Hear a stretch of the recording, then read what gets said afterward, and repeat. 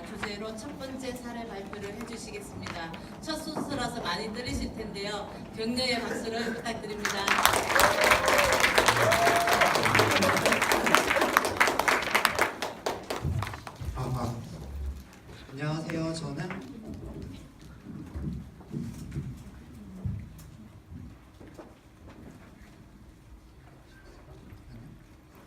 안녕하세요. 저는 성산종합사회복지관 사례관리팀 김재중 사회복지사입니다. 저는 오늘 절망 가운데 피어난 꽃, 삶에 대한 강한 의지를 가지고 살아가시는 이씨 아저씨 이야기를 하려 합니다. 특별한 이야기가 아닙니다. 사례관리 당사자이신 이씨 아저씨께서 이뤄 나가셨던 과정입니다. 우리도 이렇게 실천하고 있다라는 힘을 얻어가셨으면 하는 마음으로 준비했습니다. 그동안 아저씨께서 이루신 일, 그 과정을 아저씨와 읽고 나누었습니다. 또한 아저씨의 이야기이기에 아저씨께서 직접 글의 제목을 정하시는 일이 의미 있을 것이라 생각되었습니다. 아저씨께 글의 제목을 정해달라 부탁드렸고 아저씨께서는 절망 가운데 피어난 꽃이라 지어주셨습니다. 아저씨께서는 자신의 상황에 가장 공감되는 제목을 정해주셨습니다. 아저씨께서 결정하셨기에 편안했습니다. 오늘 진행되는 발표회를 앞두고 아저씨께서 이루신 일, 그 과정을 제대로 준비했는지 아저씨 앞에서 발표하고 점검받았습니다. 발표를 마치고 잘했네, 너무 잘했어, 박수 쳐주셨습니다. 수정할 내용은 없는지 여러 번 여쭤봤지만 수정할 내용 없이 잘 준비했다고 여러 번 칭찬해 주셨습니다. 아저씨께서 직접 칭찬해 주시니 기분이 좋았습니다. 아저씨 앞에서 발표하고 내용을 점검받으니 마음이 편안했습니다.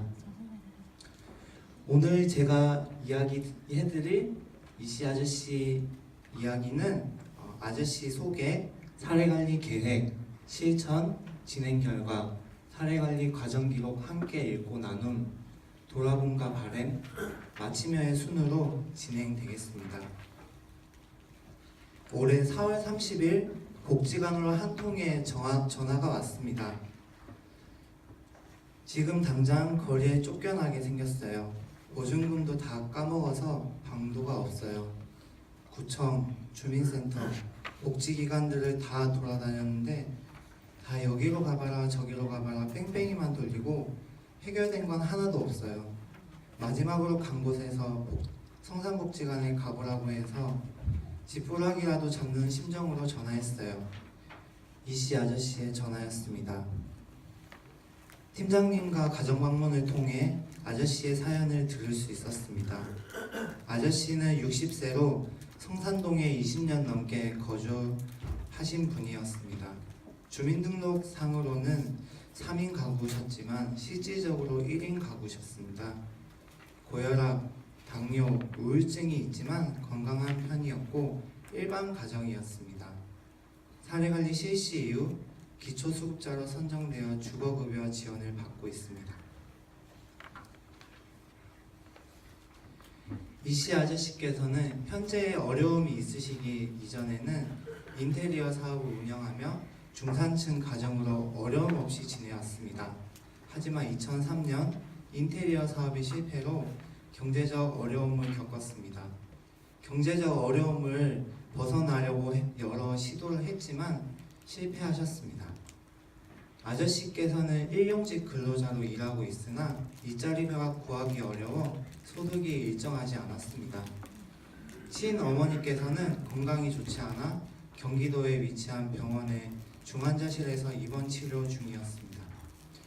여러 어려움 가운데 부동산 인도 강제 집행 예고로 주거지 퇴거 위기가 가장 큰 고민이라고 하셨습니다.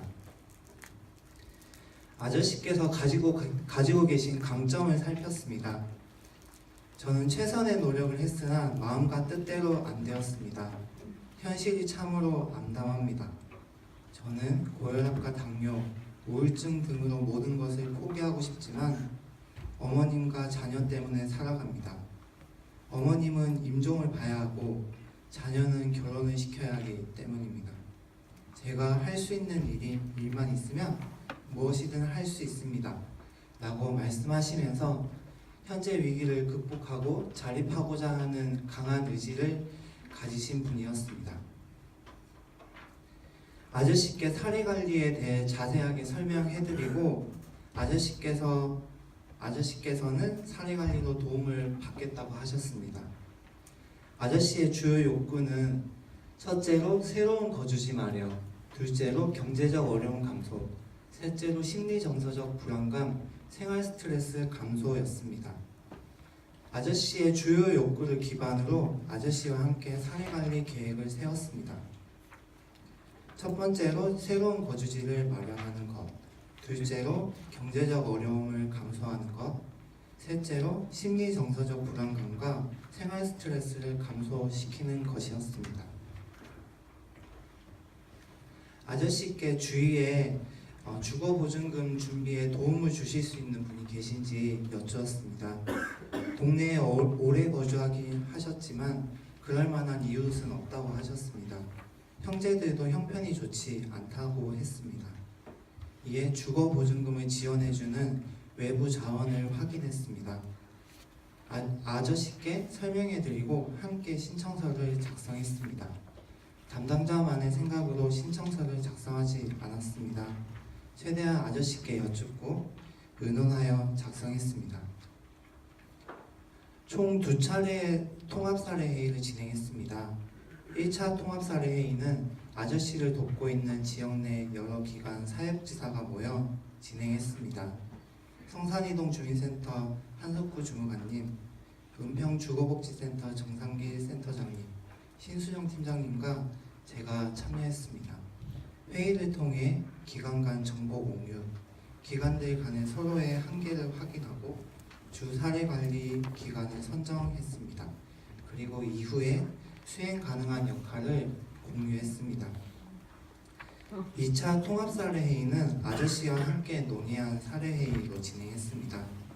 아저씨께서 자신의 상황을 직접 설명해 주셨고 여러 선생님들께서도 아저씨께 도움이 될 만한 정보를 말씀해 주셨습니다. 함께 불안정한 주거 문제 해결을 위해 궁리했습니다.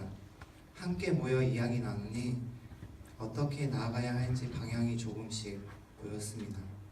여러 선생님들의 의견에 아저씨께서는 그건 이렇게 하면 좋겠다, 그건 그렇게 하는 게 좋겠다, 이렇게 의견을 적극적으로 주셨습니다. 4월 달에는 막막했는데 조금씩 희망이 보여요.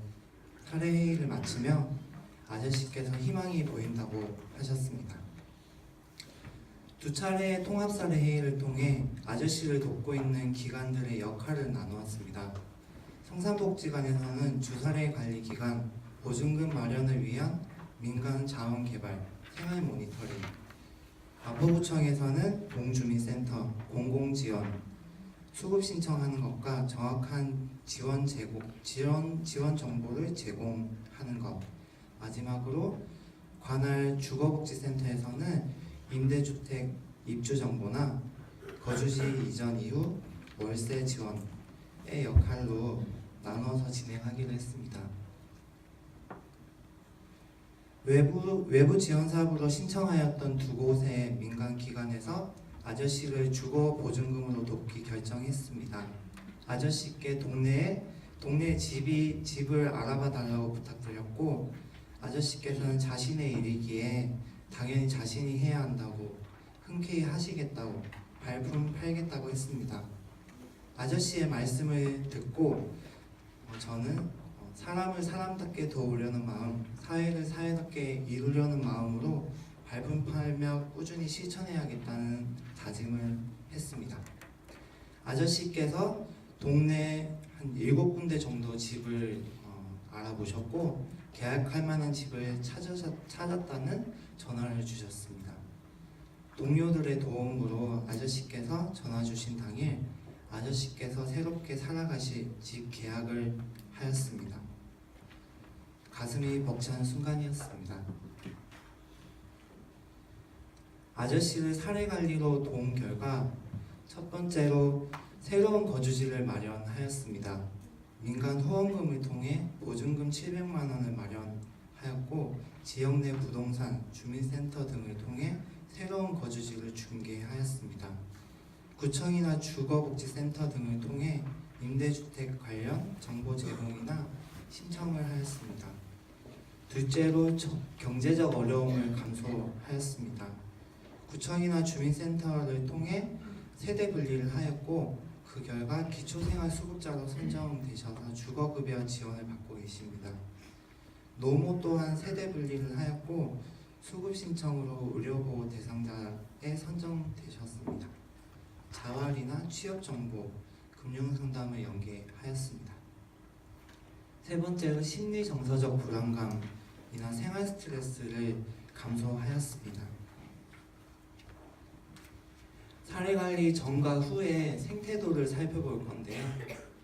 사례관리 전의 생태도는 마포구청 주민센터, 마포군역 주거복지센터 이 세 가지 정도로 나타납니다. 사례관리 실시를 하고 난 이후 되게 여러 다양한 자원들을 볼 수 있는데요. 새롭게 생겨난 자원들 가운데 대부분이 아저씨께서 발품 팔고 다니시면서 직접 획득하신 자원입니다. 여기 보시면 동네 부동산 사장님이 계신데 사장님과 소주도 한잔 했다는 그런 얘기도 들려주셨는데요. 정말 대단하다고 생각합니다. 아저씨와 그동안 활동했던 그런 과정을 정리한 글인 사례관리 과정 기록을 아저씨와 함께 읽고 나누었습니다. 아저씨께서는 감동이네요. 진짜로 어려워지니까 생각이 단순해졌던 것 같아요. 그런데 김재중 씨와 여러 사람들이 도와주니까 힘이 나더라고요. 그때는 사는 재미도 없었는데 열심히 살아가야겠다는 생각이 많이 들어요. 큰 도움이 되었어요. 고마워요. 저는 이 일을 통해서 당사자가 이루신 일, 그 과정을 정리한 글인 사례관리 과정 기록을 당사자와 함께 읽고 나누는 일이 정말 중요하다는 것을 깨닫게 되었습니다. 채 1년도 되지 않는 과정이지만 그 과정을 되돌아보았습니다. 여러 배움이 있었는데요. 첫 번째로 당사자가 참여하는 사례회의가 참으로 중요하다는 생각을 했습니다. 두 번째로 민간 통합사례회의 진행이 필요함을 느꼈습니다. 셋째로 민간복지기관의 정체성을 다시금 깨닫게 되었습니다. 넷째로 지난 과정이 모두 이씨 아저씨가 이루신 과정이라는 생각이 들었고 아저씨는 스스로를 현재의 상황을 절망 가운데 피어난 꽃이라고 하셨습니다. 아무것도 할 수 없다고 생각되는 절망 가운데서 아저씨를 도울 수 있어서 참 감사했습니다. 삶에 대한 강한 의지로 적극적인 참여로 이 과정의 주인으로 참여하신 아저씨의 앞날에 지금보다 더 크고 싱그러운 꽃이 피기를 진심으로 바랬고요. 마지막으로 한 가지 이야기를 더 들려드리겠는데요. 아저씨께 오늘 발표회를 설명해드리고 아저씨의 이야기를 사람들에게 들려줘도 될지 여쭤봤습니다. 아저씨께서는 도움이 된다면 괜찮다고 하셨습니다. 그리고 저와 함께 하시며 가장 큰 도움이 된 부분이 어떤 부분인지 제가 여쭤봤는데요. 인생의 전환점을 만들어 주었어요. 4월 그때 자포자기한 상태였어요. 그런데 김재중 씨를 만나서 힘낼 수 있었어요. 맨날 전화해서 힘내라고 응원해줘서 정말 고마웠어요. 포기하려고 하다가도 포기할 수가 없었어요. 그래서 제가 다시 여쭤봤어요. 그럼 저처럼 남을 도와가는 사람들은 당사자분들이 스스로 할 수 있는 가능성과 능력이 있음을 믿고 옆에서 힘내시라고 응원하며 동행하는 것이 중요하겠네요. 제가 이렇게 역질문을 했는데 아저씨께서는 그렇죠, 그건 참 중요한 것이죠 라고 하며 공감해 주셨습니다. 네, 경청해 주셔서 감사합니다.